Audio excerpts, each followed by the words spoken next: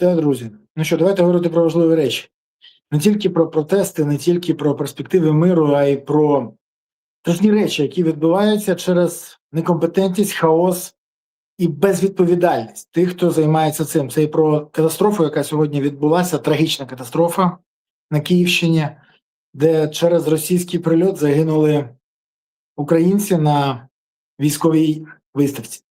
Поговоримо про багато речей. Говорити про це та інше будемо сьогодні з фаховим політологом Олегом Саакяном. Олеже, вітаю. Вітаю, Бориславе, радий бачити і чути. Хоча, звісно, сьогодні тло для ефіра таке собі, м'яко кажучи. Бо одна справа, коли росіяни атакують, ППО збиває, щось не збивається, коли зрозуміло. Але інша справа, коли виставка робиться в зоні досяжності балістики, коли самі підставились буквально це в мене немає хороших слів для того, щоб описати рівень безвідповідальності.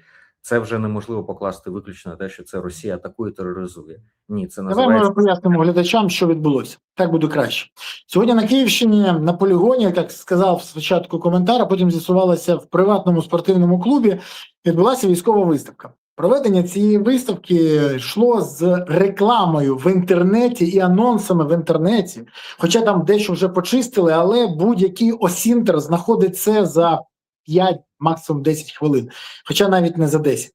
Скажімо так, я не є осінтером, я знайшов дуже швидко все, що мені потрібно. Бо і Google Кеш, і в соцмережах все це залишилося.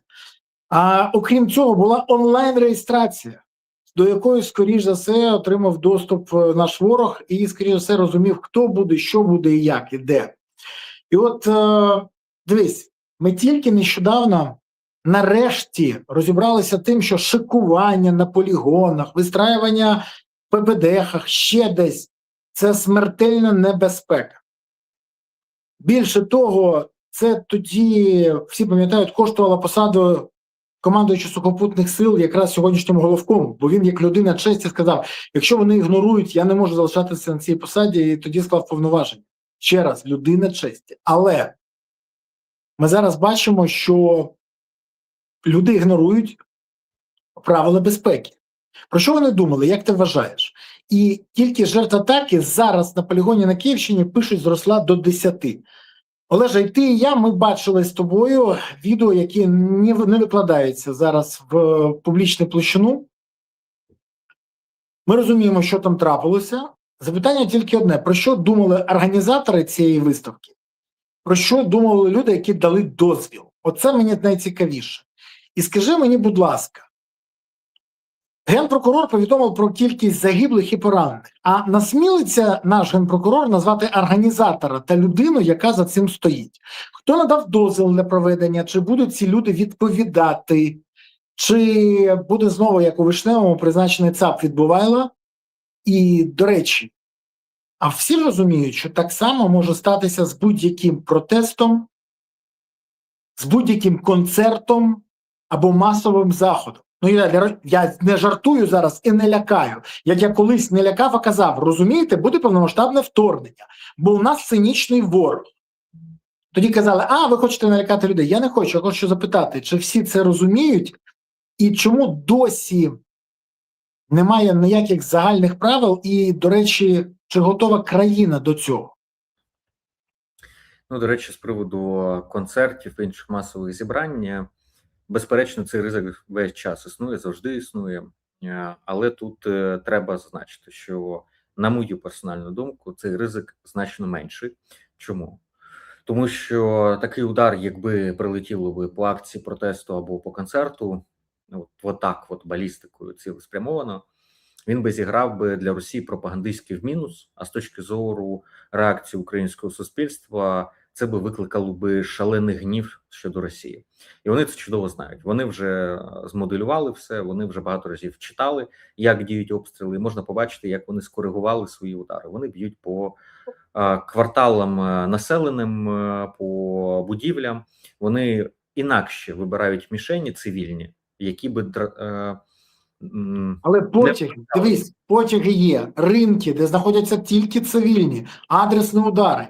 Окрім того, б'ють по торгівельним центрам або місцям скупчення людей. І ми це бачили неодноразово. Ти думаєш, що рівень їх ницості ніколи не підійметься до такого, що вони скажуть, б'ємо по концерту? Підійметься. Чому я кажу, те, що такий ризик існує. Але при цьому я думаю, що вони раціонально підходять до того, щоб не бити по подібним об'єктам наразі, тому що це викличе для них негатив. А от удар по виставці дронів, вони завжди можуть сказати, так, це ж мілітарний об'єкт був, це ж дрони були. І відповідно в цьому випадку масові жертви цивільних, тому що це цивільний захід був, і те, що там присутні дрони, то таким чином можна і по площі, де стоїть пам'ятник танка, наприклад, влупити, або можна взяти в Росії так по кожному їх містечку, де вони понароставляли різних болванок. Тут літака, там танка, там ще чогось вдарити і сказати, там техніка була військова. Не дивлячись те, що це просто вже металобрухт або експозиційний макет стоїть.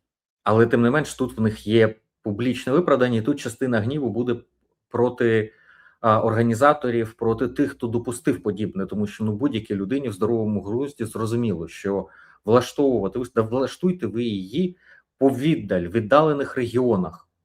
Не в регіоні, який можна атакувати балістикою. Бо поки крилата ракета долетить, поки долетить дрон, тощо його не те, що можна збити, але принаймні буде тривога, люди зможуть сховатися. Але проводити подібне в зоні досяжності балістики, це ким потрібно бути, і відповідаючи на твоє питання, чи думали, не знаю. Але мені здається, що якби думали, то комусь же в голову мало буде прийти, що подібне неможливо. З приводу дозволів, я підозрюю, що ніякого дозволу вони взагалі не запитували, тому що це просто комерційний захід. Це не було воєнна виставка, зроблена міністерством або ГШ, це не був полігон в відомчій, це була просто, по суті, комерційна виставка, яка більше нагадує якийсь фестиваль, ярмарку, щось подібне. І, до речі, нагадаю, що це не перша ярмарка, умовно, дронова, яка піддається російській атаці. В нас вже було, коли прийшло в голову деяким людям провести подібне в прифронтовій області, прикордонній області. Пам'ятаємо, яка трагедія була. Тому це вже другий раз відбувається подібне. От тому не тільки питання до думають, не думають, але й питання до того, а що, на помилках навіть не вчаться? Тобто у людей, які це робили, вони глибше, ніж на рік не пам'ятають, що відбувалося. Тобто вони взагалі досвіду не мають в цій сфері. То той, хто організовував, він хоча б трішечки мав би, мабуть, про історію взагалі питання знати. Вже була подібна трагедія. Тому, чесно скажу, в цьому випадку мій гнів ділиться між русньою, яка атакує, і для якої немає ніяких абсолютно людських, не знаю, навіть слів, щоб описати. Там антилюдяний підхід, антилюдяна логіка. Вона є логіка ця, вона залізна, ця логіка. Там є раціональність. Але вона в нормальному розумінні людини 21 століття, вона є людожерською. Вона є нелюдською, ця логіка. Але в цьому випадку мій гнів і на організаторів, тому що, як можна в нинішніх умовах, вони не знають, в якій країні, вони не знають, в яких умовах, вони не знають, що таке балістика, вони не знають досвіду, який був. Тобто, як можна, ігноруючи все, брати і подібне робити? Це як фєрверк пускати на заправці. Треба ж мати якусь взагалі, не знаю. Мене інше привернуло мою увагу, зачепило. Мене зачепило те, що всі намагалися зразу скинути відповідальність з себе. Дуже показова була реакція Флеша, колишнього радника Федорова, який зараз радник Зеленського. Він сказав, зі мною все окей, не хвилюйтеся, нормально. Потім, коли побачив хейт з того з боку, що як ви могли піти на таку акцію, а мене там взагалі не було. Я не пішов, бо це було небезпечно. Йому пишуть, а чому ж ви інших не попередили? Ти розумієш? І от всі, це не мої обов'язки, це те. І знову ж, всі ці заяви, коли я бачив, мене відверто вибішує одна історія. Давай зразу про це скажемо, бо якщо б, коли замість роботи над помилками шукають виправдання, а замість покарання можуть або відкупитися, або обміняти це на лояльність владі або роботу на владу, то проблема стає перманентною і буде повторюватися зразу раз. Це про все, а не про якийсь окремий цей випадок чи ще якийсь інший. І ще одне. Ми живемо в країні, в якій сьогодні спостерігається хаос. Не тільки долар по 45 і війна, а хаос. І ця проблема вже зачіпає багатьох людей. Перед мною все, що стоїть це відео, я тобі кажу, та дівчина інша і людина, яка там йде і коментує на відео, яка не може повірити, що вона залишилась жива дивом. Я можу сказати тільки одне. Моє співчуття всім, хто втратив сьогодні своїх близьких, і тим, хто отримав поранення або пошкодження. Це, якщо знову буде призначений ЦАП відбувайла, а не буде покараний той, хто винний, незабаром побачимо нове повторення. На жаль, інших варіантів немає. Або ми вивчаємо помилки, робимо роботу над помилками, або потім знову дивуємося, що стрибнули на ті ж самі грами. Але Друзі, давай я тоді додам да. ще один момент короткий. Але і якщо зараз буде реакція, як нас дуже люблять, треба все заборонити, треба перевірки влаштувати, і оця от показуха радянська, коли і проблема не вирішується, вона або ігнорується, або потім намагаються проімітувати бурхливу діяльність і вийти за рамки здорового глузду. Ні, потрібно нормальне вивчення ситуації, покарання винних і випрацювання протоколів, як можна проводити виставки, як можна проводити заходи, як можна все це робити, але за яких обставин, з якими алгоритмами реагування, хто має узгоджувати, як має перевірятися, бо, очевидно, не було людини, а має бути по посаді якась людина, яка, отримавши, побачивши інформацію про те, що це відбувається, набрала би, написала би і запитала би, а що якщо буде подібне? Хоча б всі забули, що зараз військовий стан. А під час військового стану масові заходи взагалі по закону. Так я ж кажу, що закони у нас не обов'язкові. Гаразд, друзі, в мене прохання до вас. Підтримайте канал, будь ласка, це важливо. Я дякую кожному, хто не забув поставити вподобайку на початку ефіру. Якщо забули зараз, поставте, будь ласка, це потрібно каналу. Ви знаєте, що влада атакує мій канал, і мене намагаються закрити його для України. Таке роблять, до речі, на Росії ще й в Білорусі. Там, до речі, мій канал заборонений в обох країнах. І в Білорусі взагалі я входжу в список терористів. Це не жарт. Да, там і YouTube канал, і Telegram канал, і Facebook сторінка, вони давно вже там внесли. Батько взагалі поплавлений на мені, але це окрема історія. Так от, влада робить так само. Якщо у вас зникне мій канал з переліку тих, які ви дивитесь, от так випадково, значить, мене змогли заблокувати на території України, тому використовуйте VPN. Це те, що роблять в Росії і в Білорусі для того, щоб дивитися опозицію, дізнаватися правду про владу. Не забувайте про це. А зараз поставте вподобайку, підпишіться, прокоментуйте, поширте відео. І, до речі, напишіть, що ви думаєте з того, що ми розповіли. А ще напишіть, звідки ви дивитесь, куди закинула вас доля, де ви чекаєте або наближаєте перемогу. Де ви зараз знаходитесь? Місто, селище, країну, регіон, район, область. Я зараз, до речі, подивлюсь. Вітання з Італії, Одеса, Київ, вітання з Варшави, Дубно, Київ, Канада, Київ, Хмельницький, Україна, Українка, вибачте, Обухівський район, так, Львів, Дортмунд, Харків, Дніпро з вами, Банкова, Португалія,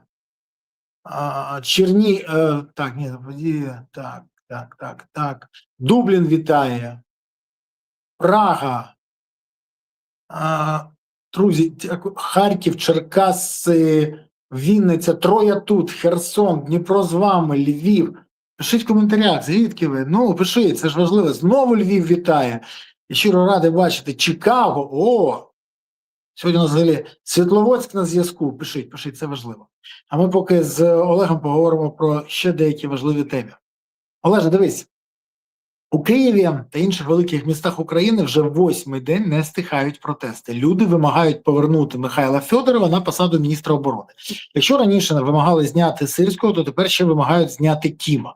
До речі, от тут я взагалі не бачу ніяких заперечень. Бо Кім точно не та людина, яка повинна очолювати Міністерство ветеранів після всього, що є, і після того, що він заявляв про генерала Марченка. І по багатьох інших причинах. Але всі розуміють, дорослі політики, політологи, політтехнологи, всі люди з політичного, скажімо, клубу розуміють, що Зеленський Федорова не поверне, бо покаже цим, що його влада слабшає та посилить самого Федорова.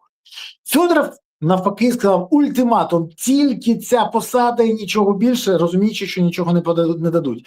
Глухий кут, і чи є варіанти виходу, і хто, окрім Федорова, до речі, сподівається на ці протести, бо мені здається, вже забагато гравців стало в цю гру грати. І чи виправдана надія Офісу президента, що протести самі по собі розсмокчуться? Бо я почув від злих язиків з Банкової, що там чекають, президент зараз полетить, ми про це окремо поговоримо, літо, півко, пляшко, гулько, молодь любить відпочивати, розійдуться. Я скажу чесно, не впевнений. Що скажеш ти? Давай я дуже коротко по цій темі, тому що про неї вже стільки за останні тиждень було сказано, навіть більше. А повторюватись не хочеться.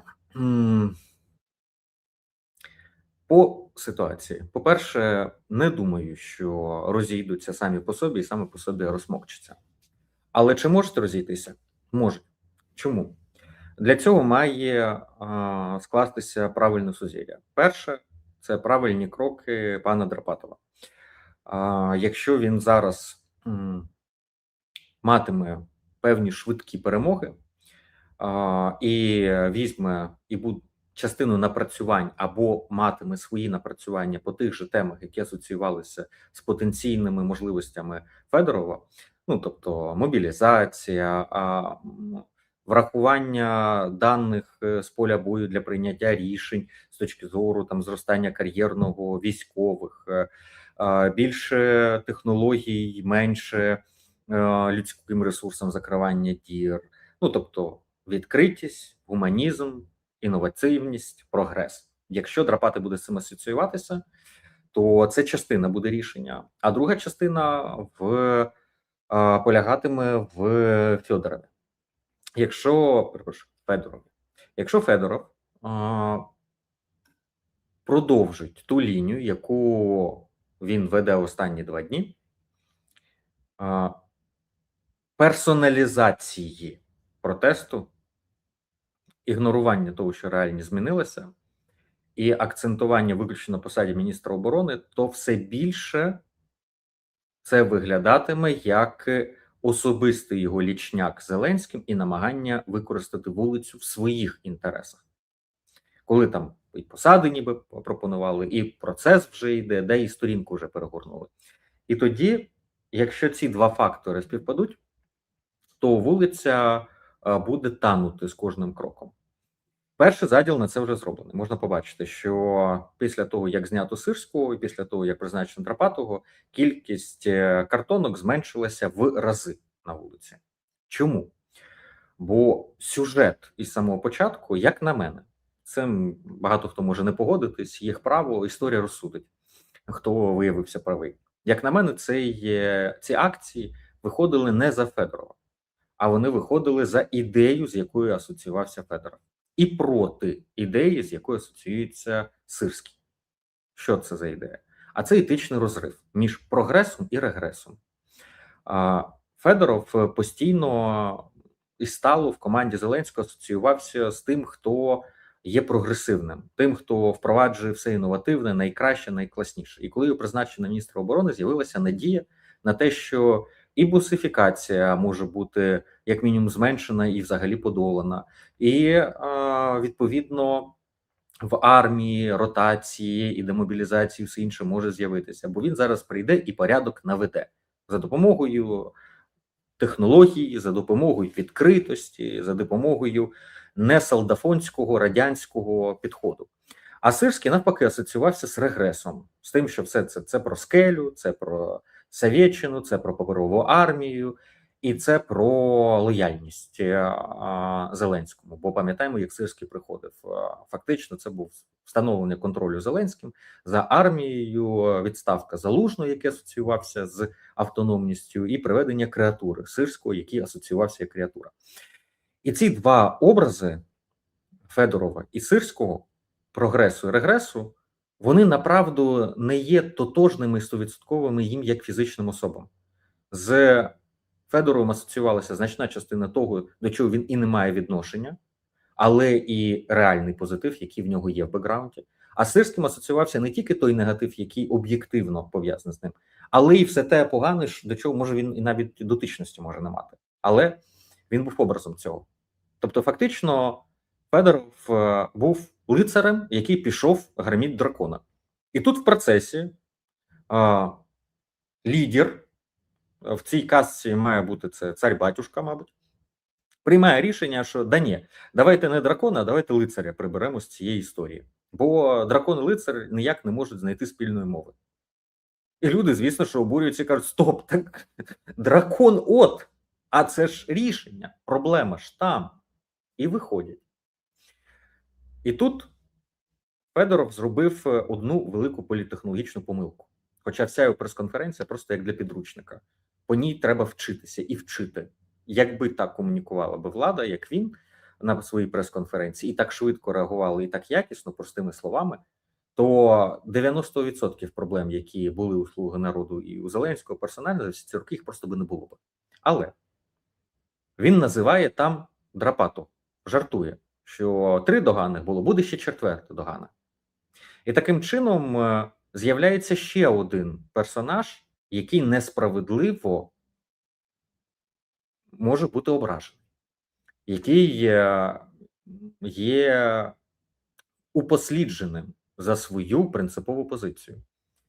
І тому, коли прибирають Сирського, прибирають дракона, а ставлять Драпатого, з'являється ще один лицар в цій сюжетній лінії, верніше, в цій історії. І деактуалізовується частково Федоров.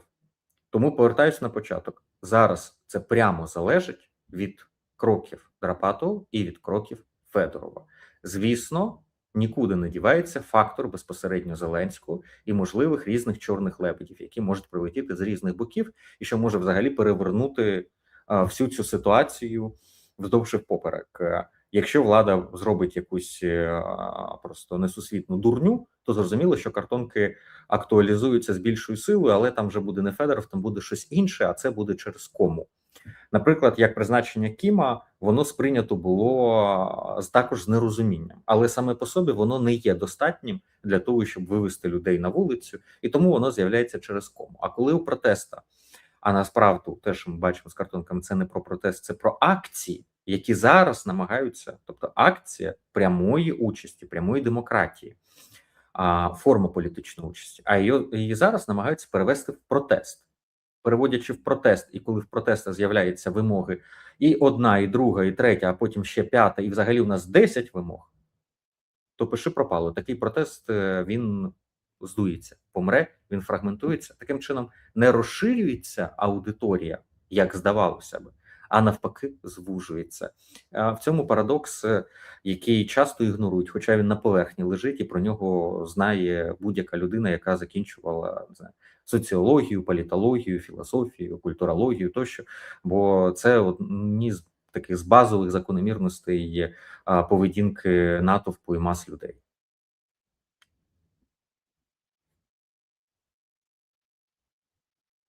Приймається, я вже додумався, знаєш, ти просто так казав, приймається як інформація. Але дивись, тут людина просто написала, я не можу це не прочитати. Пане Береза, якщо Драпатий візьме Федорова своїм замом, чи не вихід це з ситуації? Ні, це не вихід. Поясню чому. Федоров ніколи не служив в Збройних силах України. Федоров не є військовим. Федоров не розуміється на армії. Драпатий не може взяти цивільного своїм заступником, тому що там є, ну скажімо так, всі напрямки, тільки не напрямок по піару або маркетингу. Ну так, для розуміння. І то рада. Тому що? І то радником в такому випадку, якщо це Да, він заступник. може радник, але не заступником. Це перше. Друге, скажімо так, у військових своє ставлення до самого Федорова. Це я от без всяких віківоків скажу, як є. Вони всі запитали, а там з 1 червня обіцяли, або 10 червня там плюс 10, а де вони? Обіцяли з 1 липня реформу ТЦК, а де вона? Обіцяли, що 400 тисяч на ЛБЗ, а де вони? Я можу далі перераховувати, обіцяли. Десь красива упаковка, дуже красива. Але ж люди, які воюють, хочуть це бачити. Ну і головне, де там ця обіцянка, що демобілізація буде в цьому році?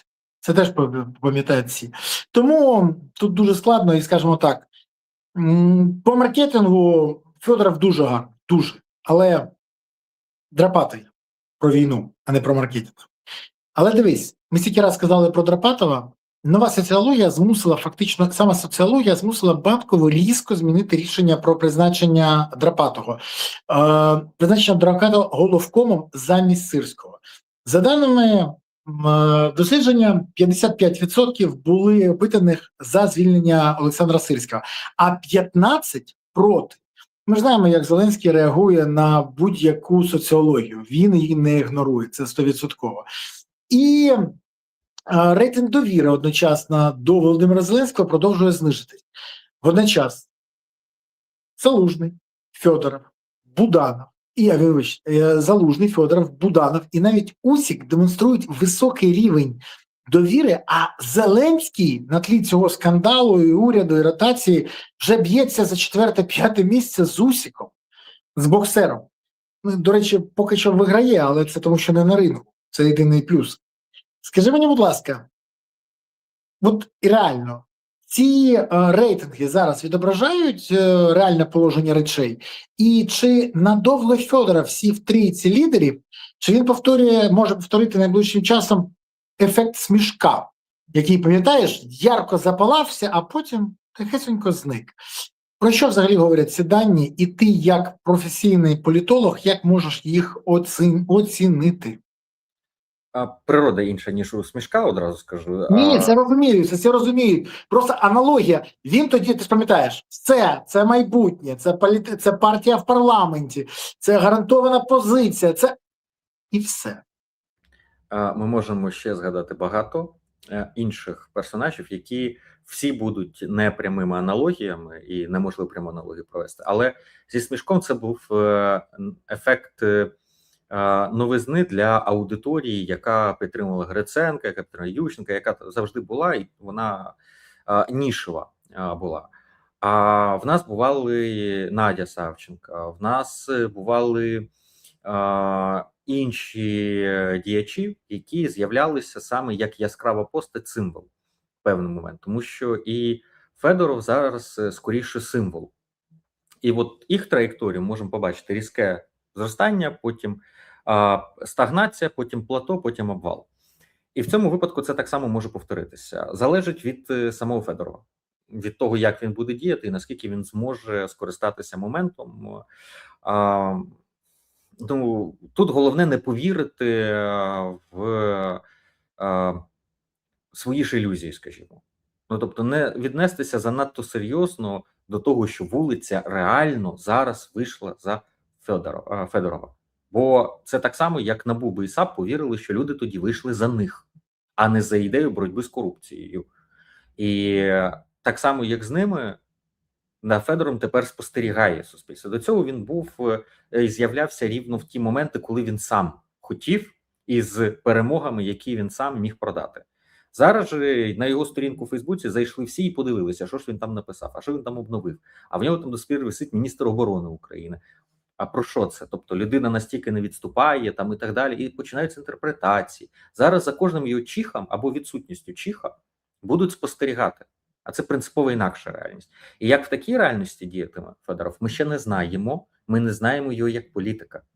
Ми знаємо його як лояльного і невід'ємного члена команди Зеленського, його відданого менеджера, який займався в нього найінновативнішими напрямками. І він там ще з виборчого періоду знаходився. Користувався абсолютною довірою від Зеленського і мандатом від Зеленського. І багато чого те, що він робив, це було делегований ресурс. Але зараз ми бачимо як окрему постать, контрастно до всіх інших, яка отримала великий кредит симпатій. Тому ця соціологія, вона фіксує зараз момент. Або чи він халіф на годину, чи він реально по-серйозному вірвався з ноги в політичне поле, велике питання, на яке відповіді я, наприклад, наразі не маю. Це залежить від багатьох факторів, які, перш за все, носять суб'єктивний характер відносно самого Федорова. Другий момент з приводу конструкції майбутнього соціології і призначення. Безперечно, Зеленський як політик-популіст, він завжди залежний від суспільної думки. Вони соціологічно залежні, його команда. І в цьому є негативна сторона, тому що популізм є виродженою формою демократії, і демократичних ідей. Через це брак лідерства, стратегії, всього іншого часто і густо притаманно, тому що такий лідер відштовхується від того, чого хочуть маси, а не навпаки. Простіше прикладом, якщо взяти метафору, то це якби барабанщик йшов би на чолі колони і не вів за собою, а весь час би дивився косо оком назад, куди йде натовп, і сімінів би поперед цього натовпу, щоб імітувати, що він веде натовп, а не натовп веде його. Це не про лідерство, це про намагання імітувати його. А Зеленському прийшлось поднатореть в процесах всіх, і ми бачимо, що він може йти перпендикулярно думці, причому як в питаннях, де це конструктивно, так і в питаннях, де спочатку героїчно створюється проблема, а потім не менш героїчно долається проблема. І в цьому проблема, що в антикриз вміють, але антикриз без кризи не працює. Тому спочатку вигадують кризу на порожньому місці, а потім можна антикризову і героїчно долати. Треба віддати належне одному моменту. Коли Зеленський приймав рішення з приводу Драпатого, він це не зробив в піку, наприклад, він міг не призначати Драпату, і були на столі інші постаті. Але саме як політик-популіст він почув запит, який був. І він Вибач, давай відверто. Лідером був не Драпатий. Через те, що Драпатий має свою думку, має завеликий авторитет в армії, багато чого іншого, і він орієнтується на перемогу. Він навіть заявив, перемога України у війні він хоче. А Зеленському потрібно був той, хто чує слово царя і виконує його миттєво. І те, що він призначив, ну ми ж розуміємо це не від великого бажання. Просто соціологія показала, що далі буде падати рейтинг. Він втратив 7% довіри за тиждень. А він перелякався з цього. Але я про інше. Це ж розкрили, це зрозуміло. І рішення це приймалося, він залишив Сирського. Його був вибір це Сирський, а не змінювати главкома. Він ж сказав, по-хорошому треба відставити обох. Але Зеленський тут поступив не так, як діє Зеленський, якого натовп любив, який є готовий заради журавля в небі ризикувати і рухатись вперед, а як Зеленський, який вибирає синицю в руках і каже, аби не було гірше. Ну так в війнах не перемагають. І це ж інтуїтивно людям зрозуміло, і відповідно образ той, який є, і образ перемоги, і образ можливості, він різко контрастує з тим рішенням, яке прийняв Зеленський, яке він не пояснив. Але, приймаючи рішення по Драпатому, Зеленський реально провів консультації з цілою низкою військових і зробив певною мірою роботу над помилками з тим, як він знімав Залужного і призначав Сирського. Він реально поспілкувався з дуже багатьма і не виставляв в публічний простір більшу частину з них, і дискусії відбувалися дуже відверті. З декількома людьми спілкувався, з армійського командування, реально були навіть приємно здивованими. Те, що якби так завжди, якби такі спілкування були, якби подібні історії не під фоточки або під формальні заходи, а реально, ну, ціни б не було. Але в цьому випадку, призначаючи Драпатова, Зеленський, я не знаю, він це рішення прийняв, хтось його команді прийняв, він розумів, що він цим ще виконує функцію, окрім демонстрації вулиці, що він не під тиском призначає, а він пропрацювавши. Бо спочалися всі ці зустрічі як антикріз під камери. Але останні всі зустрічі відбувалися навіть без фотографій. І навіть без заявлення з ким. Не всі відомі. Принаймні, я не всіх побачив, з ким провелись консультації. І це вже створює, ну, скажімо так, Зеленський персонально взяв відповідальність за те, що якщо буде саботаж діяльності Драпатова, то це буде саботаж рішення Зеленського перед обличчям частини генералітету, який орієнтується на Сирського. І в оцей момент він дуже цікавий, тому що Зеленський ще знаходиться в амбівалентній позиції. Він може як приватизувати провал Драпату і сказати: ви ж хотіли Драпату, я призначу. Бачите, це не я провалився. Це провалилося суспільство, яке вимагало від мене прибрати Сирську. А я був мудрий, я розумів, що не можна на переправі коня міняти, наприклад. Або може приватизувати, навпаки, успіхи Драпату і сказати: бачите, я проконсультувався, вулицю почув, і було призначено, і дав карт-бланш, і Драпати зміг. Супер, ставка зіграла, взагалі, мудрість Свєтач і все інше. Ризик найбільший договорі – це те, що частина генералітету почне саботувати Драпатого і, перш за все, користуючись його порядністю.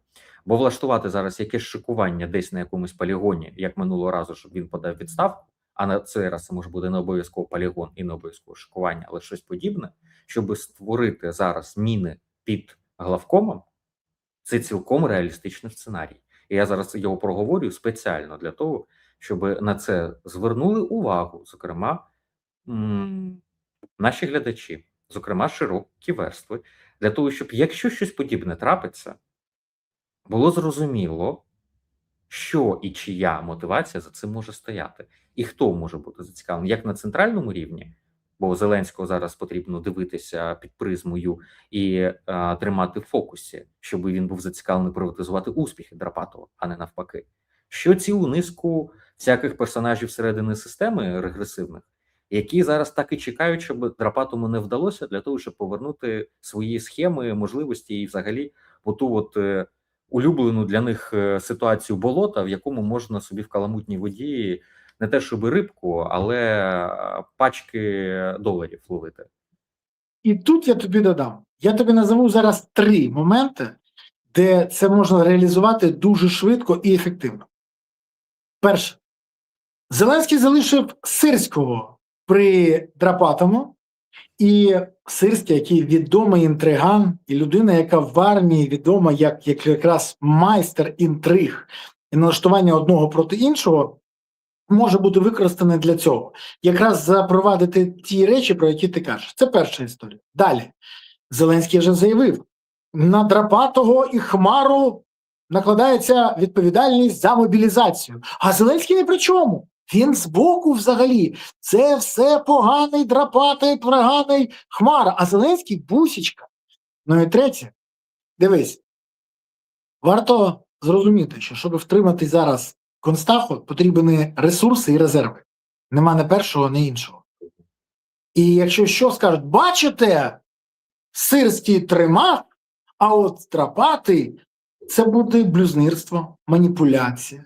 Але кого цікавить, якщо це буде використовуватися для дискредитації? Це треба розуміти, я тому це теж проговорю. І останнє. Мобілізація, відповідальність в першу чергу, згідно закону України, лежить на президенті України. Це закон України. Загальна відповідальність вся на президенті України. Спроба дистанціюватися, дистанцію взяти якомога більше від цього питання, ну точно не дасть плюсів Україні, хоча й допоможе зберегти частково рейтинг президенту. І це треба розуміти. Тому уважно слідкуйте за тим, що буде відбуватися. Я впевнений, що незабаром у всьому будуть звинувачувати Драпатого, використовуючи якраз, що він порядний і правильний. На жаль, варто згадати цитату Михайла Грушевського, не Драпатова, а Грушевського, який більше 100 років тому. На жаль, Україною керують ті, кому Україна не потрібна. І це мова і про депутатів, які будуть намагатися погратися в це, і про окремих представників, яким дуже некомфортний Драпатий, вони не проти повернути Сирського, і про багато інших. Треба це враховувати і не забувати. Але дивись, при всьому цьому я дякую нашим глядачам, які дивляться нас зараз, які активні, а не пасивні, які підтримують канал. І, до речі, в описі цього відео можуть зайти і підписатися не тільки на мій канал, а ще й на канал Олега Саакяна, бо поки інші пишуть, він відповідає і надсилає вам серденько. Тому в описі цього відео можна зайти, а ще не забудьте підписатися на мій канал, поставте вподобайку, поширте відео, порадьте цей канал друзям, знайомим, сусідам, колегам, тим, хто хоче знати більше і розбиратися, що відбувається. А ще напишіть в коментарях, що ви думаєте з цього приводу і звідки ви дивитесь. Географію наших глядачів ми завжди дивимося. Тому, якщо ви зараз думаєте, що ж зробити хорошого для каналу, напишіть в коментарях місто, селище, район, регіон, країну, область. Пишіть, от зразу Вінниччина. Дякуємо, дякую, що робите це. Тож пишіть, і я вам буду вдякувати. США, Київ, Артем, це так, боже мой, у нас тут навіть кацапи зайшли. Кацапи йдуть зразу, вибач, будь ласка, це треба, видалили. Все. Да, зразу, шалом із Ізраїля, шабат шалом ве'ерев тов. Дякую всім. Білокоровичі, до речі, а де це? Ну, напишіть, цікаво, дійсно. В общем, дякую, і ми рухаємось далі. Скажи мені, будь ласка, я знаю, що ти, доволі прагматична людина і дивишся тверезо на події. Коли всі інші волають, що вибори, кандидати, і далі, ти кажеш, які вибори, що умов немає. Але дві заяви від Офісу Президента. 22.07, 26-го, 2 дні тому, активна фаза війни закінчиться в найближчі 2-3 місяці. За цей час у росіян знову з'явиться бажання до перемовин.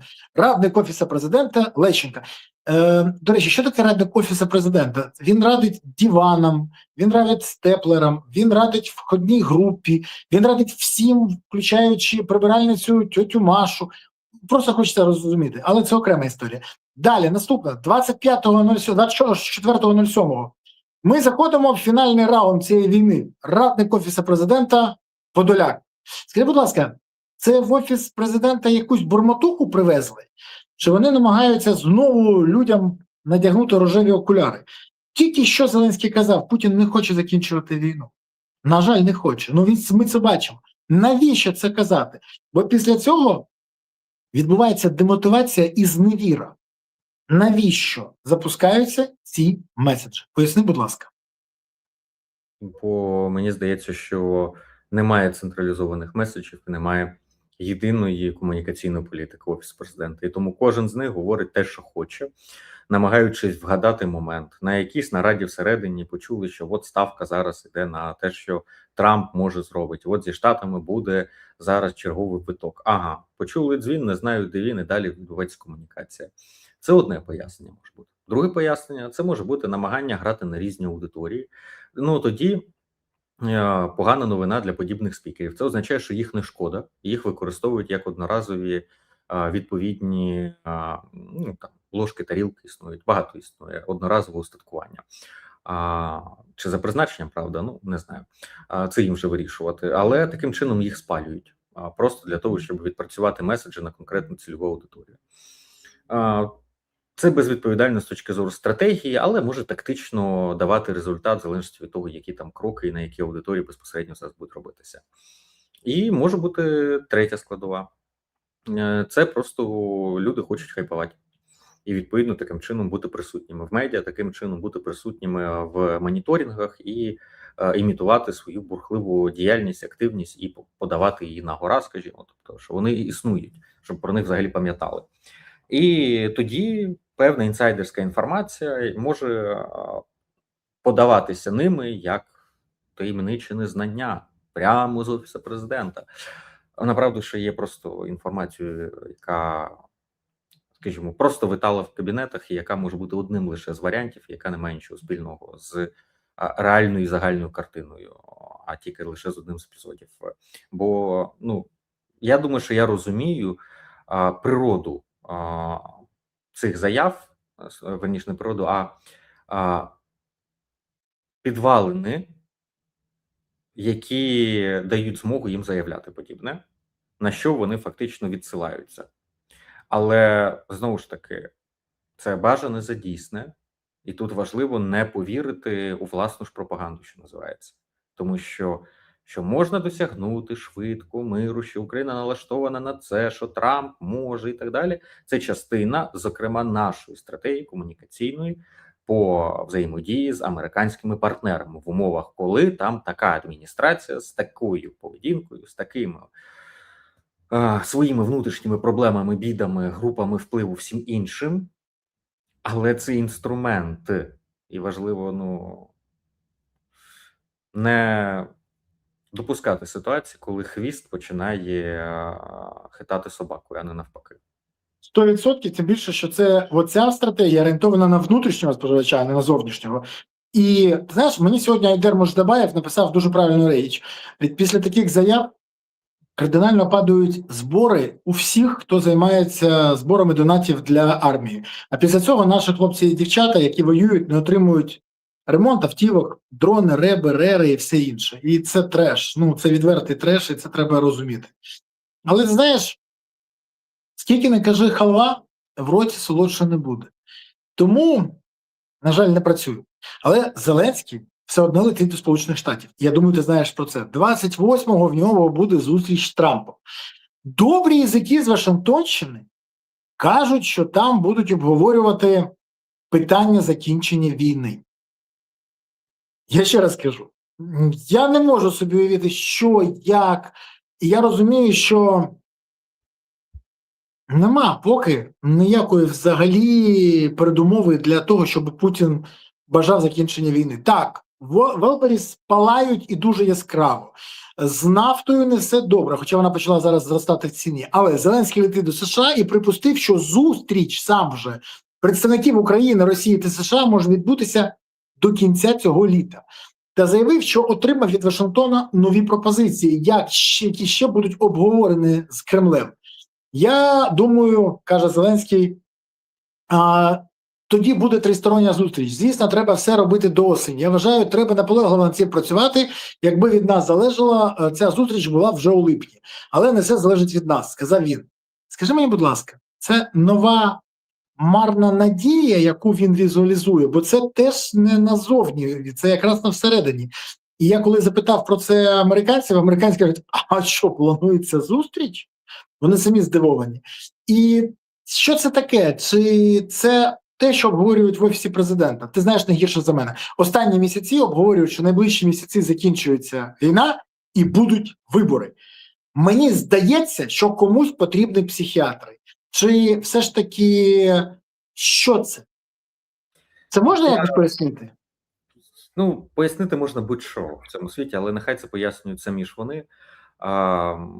Я лише скажу перше, виборів не буде, по-перше. По-друге, зустріч Зеленського з Трампом відбудеться протокольно. Візит пов'язаний зі смертю і похорони Лінці Грема, і правильно, що Україна їде, і добре, що нас запросили. А все це і зустрічі запросили відбувається через те, що в Штатах відбувається злам в середовищі МАГА, і він триває вже декілька місяців. Відношення до України і відношення до Росії.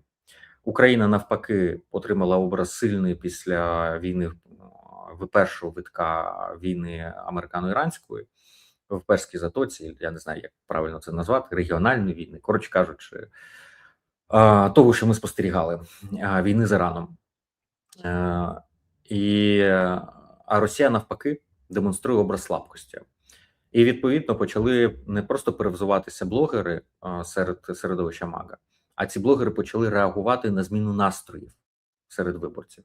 І тому вони перевзуваються, тому що вони не хочуть втратити гроші, вони не хочуть втратити лідерство свого. І Трамп видозмінює свою поведінку. Ми дотерпіли і сформували той момент, коли нарешті переламується ситуація. Слава Богу, це відбувається перед виборами в Сполучених Штатах. Тому і законопроект приймається. І наразі я не бачу на горизонті можливості швидкого завершення російсько-української війни.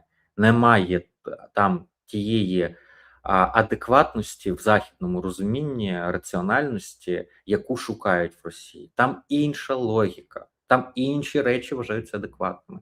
Там абсолютно інше уявлення про раціональність. І вони діють, росіяни, раціонально. Вони діють прагматично. І навіть мають свою стратегію, мають свій прорахунок тощо.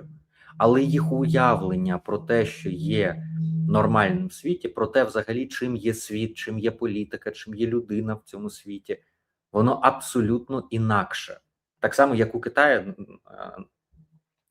наприклад, взагалі третя, без жартів. Вони абсолютно інакше взагалі підходять до уявлення про те, що є правильним, а що є неправильним в світовій політиці. У них абсолютно своя культурна матриця, через яку вони аналізують процеси, і їх погляд може бути інакшим, не діаметрально протилежним, а просто перпендикулярним. Він просто інакший. Так і у росіян, у них інакший погляд. В них немає цінностей гуманізму. Ну, Герасим топить муму, а не бабку, цю старуху відвозить на озеро дворянку. І далі по списку. Вони так сформовані. І коли намагаються знайти там, що от зараз Росії дамо, і Росія там продемонструємо, що зараз вона сідає за стіл, а далі, якщо не сяде, буде гірше, те, що каже Рубі. Ні, так не працює. Росія має по морді отримати жорстко, впасти на коліна, і тоді Росія погодиться, тому що прийме силу. Але буде, як Жванецький казав, затаїть ніяке хамство. Але буде плекати той момент, коли вона встане з колін і зможе потім вас поставити на коліна. Але вона не живе в режимі ходити рівно як Homo sapiens. Вони до Homo erectus зупинилися. Вони або людина плазуюча, або людина домінуюча.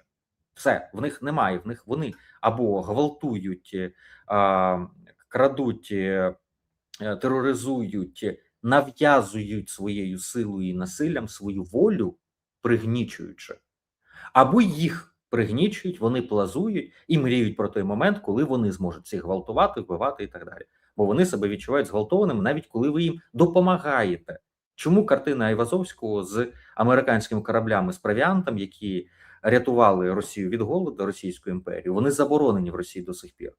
Тому що навіть допомогти їм в тому стані, коли вони плазують, вони вважають, що це їх зґвалтувати, це стати свідками їх слабкості. Це значить скористатися їх слабкістю. Ну, це інша логіка. Найближче її описує вироджена кримінальна лагерна модель. Причому не кримінальна модель, як Коза Ностра, мафія, синдикат і все інше, з кодексом честі, якимось там іншим. А саме отака от найпримітивніша кримінально-брудна логіка і культура. Тому що вони, власне, її взяли в основу своєї державницької. Але це окрема історія. Просто до того, що коли говорять про те, що от зараз з Росією домовитися, і Росія зараз розуміє, що вона розвалиться, нічого подібного. Золота рибка, Пушкін все описав до того. Розбите корито. Інакше би він би написав би про старуху, яка чудово собі зажила життям і залишила ще одну можливість бажання. В китайській казці було приблизно так само. От, приблизно було би про рибку, яка тепер ще винна одне бажання. Або в арабській казці, що джину не загадали всі три бажання, а залишили одне на потім. Аж в російській жені. Третім бажанням обов'язково має бути: хочу, щоб ти, джин, став моїм рабом. Або рибка, хочу, щоб ти пригнула на пательню і тебе засмажило, щоб ніхто більше інший тебе ніколи не спіймав, ніколи не було бажань. Ну, це ж про росіян. Погоджуюсь. І це, до речі, дуже влучно. Але знаєш, щоб закінчити, хочу закінчити тобі питання якраз в ту тему. Зеленський дав велике розлоге таке інтерв'ю відомій мага-блогерці Лумер. До речі, я вважаю це вдалим ходом, тому що її не тільки слухає мага, це 2 мільйони підписників, її окремо слухає Трамп, вона може входити до нього, вона йому багато що може говорити, вона змінила своє ставлення, вона була антиукраїнська, зараз вона проукраїнська, це дуже важливо. Ну, він їй наговорив там.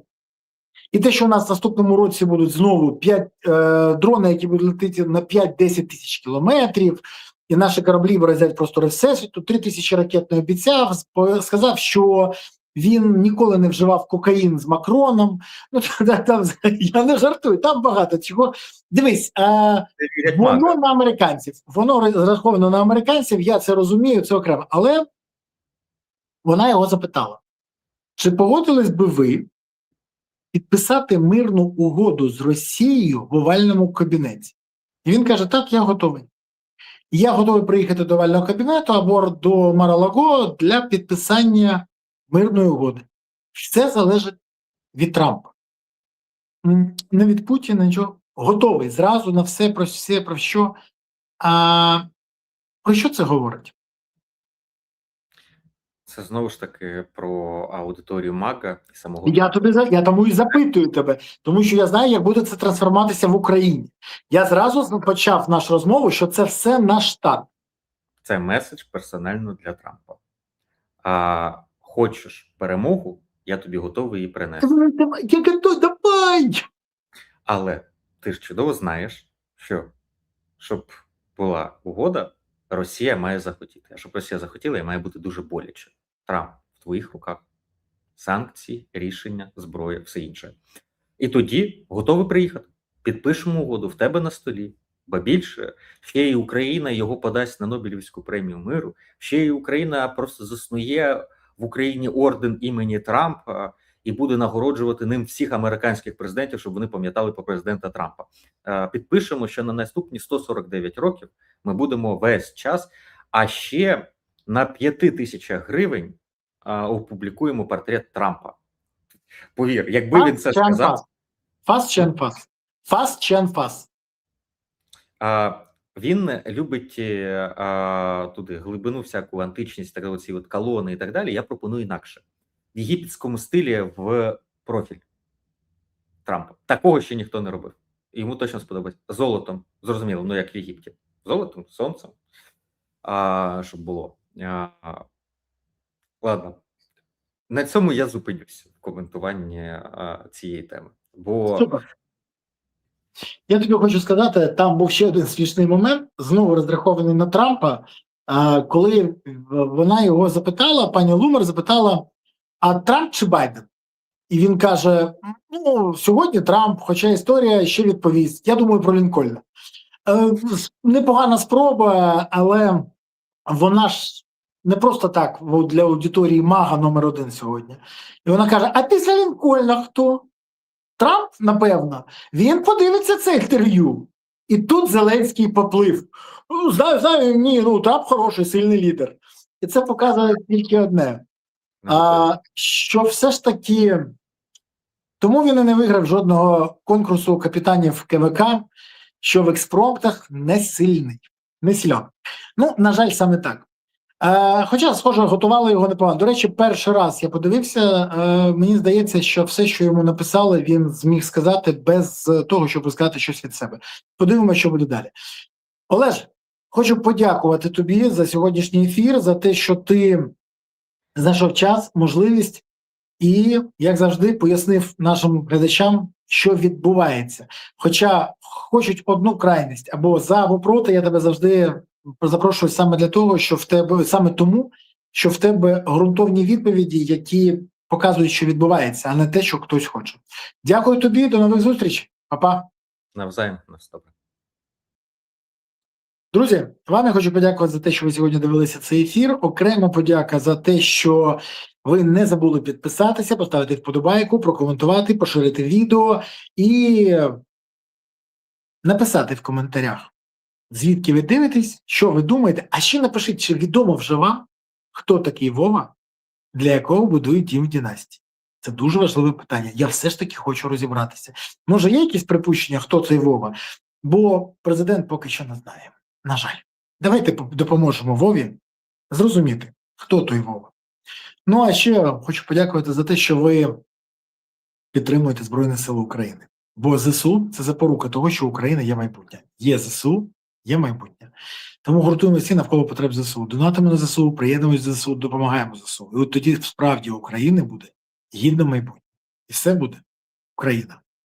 Дякую вам. До нових зустрічей. Па-па.